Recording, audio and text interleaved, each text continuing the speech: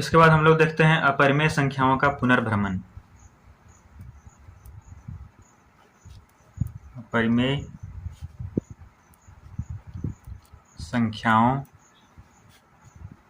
का पुनर्भ्रमण।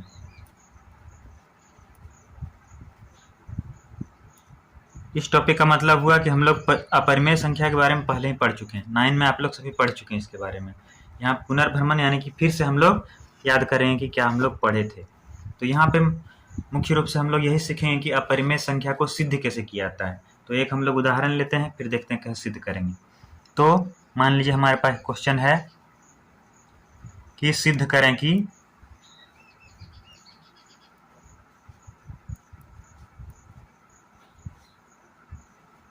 √5 एक अपरिमेय संख्या है।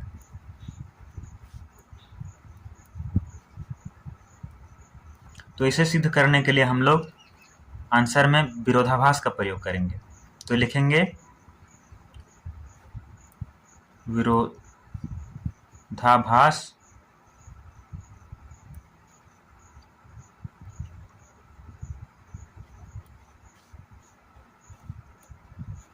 विधि से माना √5 एक परिमेय संख्या है। हम जानते हैं कि यह एक अपरिमेय संख्या है, लेकिन हम इसे परिमेय मान लेंगे। और जैसे ही इसको हम लोग परिमेय मानेंगे, इसका मतलब क्या होगा, √5 को हम लोग लिख सकते हैं p/q के रूप में, जहाँ पे pq क्या होगा, p और q पूर्णांक होगा। पूर्णांक मतलब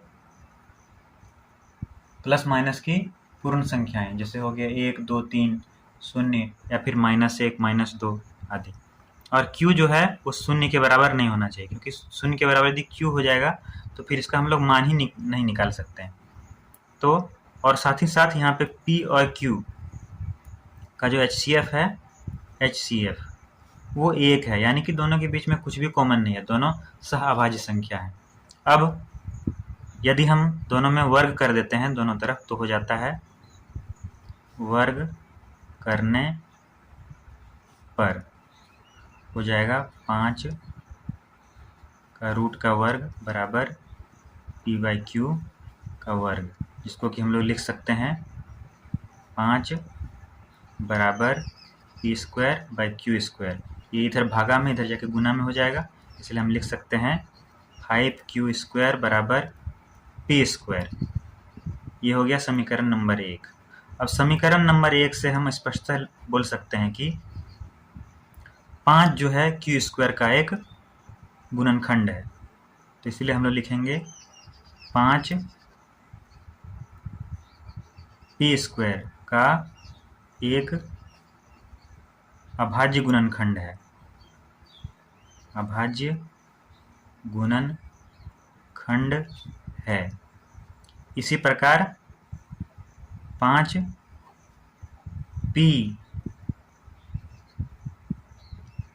p का भी एक गुणनखंड होगा, का एक अभाज्य गुणनखंड है। ऐसा इसलिए होता है क्योंकि किसी भी वर्ग संख्या में कोई भी अभाज्य संख्या जोड़ों में रहता है, पेयर में रहता है। तो इसीलिए 5 वहाँ पे 1 नहीं हो सकता, 5 जो है वो 2 होगा। तो इसीलिए वर्ग में यदि 5 है तो इसके वर्गमूल में भी 5 होगा। इसको आप लिख के देख सकते हैं। जैसे 3 जो है 6 का एक गुणनखंड है, तो उसका जो वर्ग है उसका भी गुणनखंड है। इसी प्रकार माना p को यदि हम लोग लिख दें 5m, तो समीकरण 1 से समीकरण 1 में इसे रख देते हैं, तो हो जाएगा, जहाँ पे m एक धनात्मक पूर्णांक है,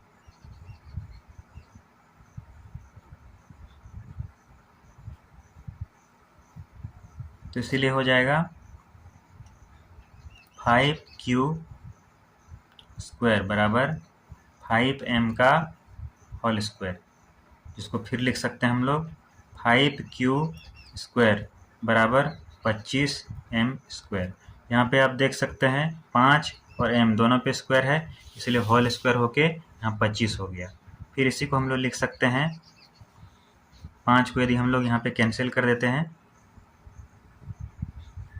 तो हो जाएगा q स्क्वायर बराबर 5m स्क्वायर, समीकरण नंबर 2। और समीकरण नंबर 2 से भी सेम पता चलता है कि 5 जो है वो q स्क्वायर और q दोनों का एक अभाज्य गुणनखंड है।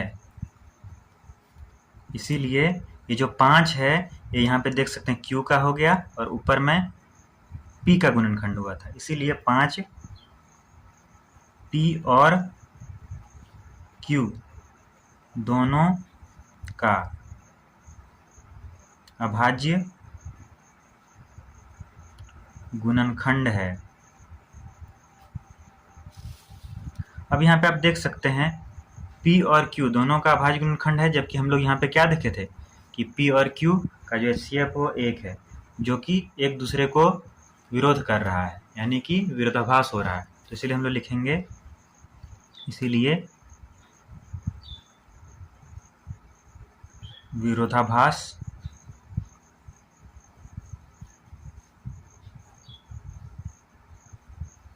विधि से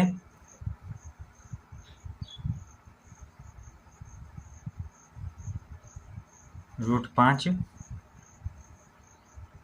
एक अपरिमेय संख्या है।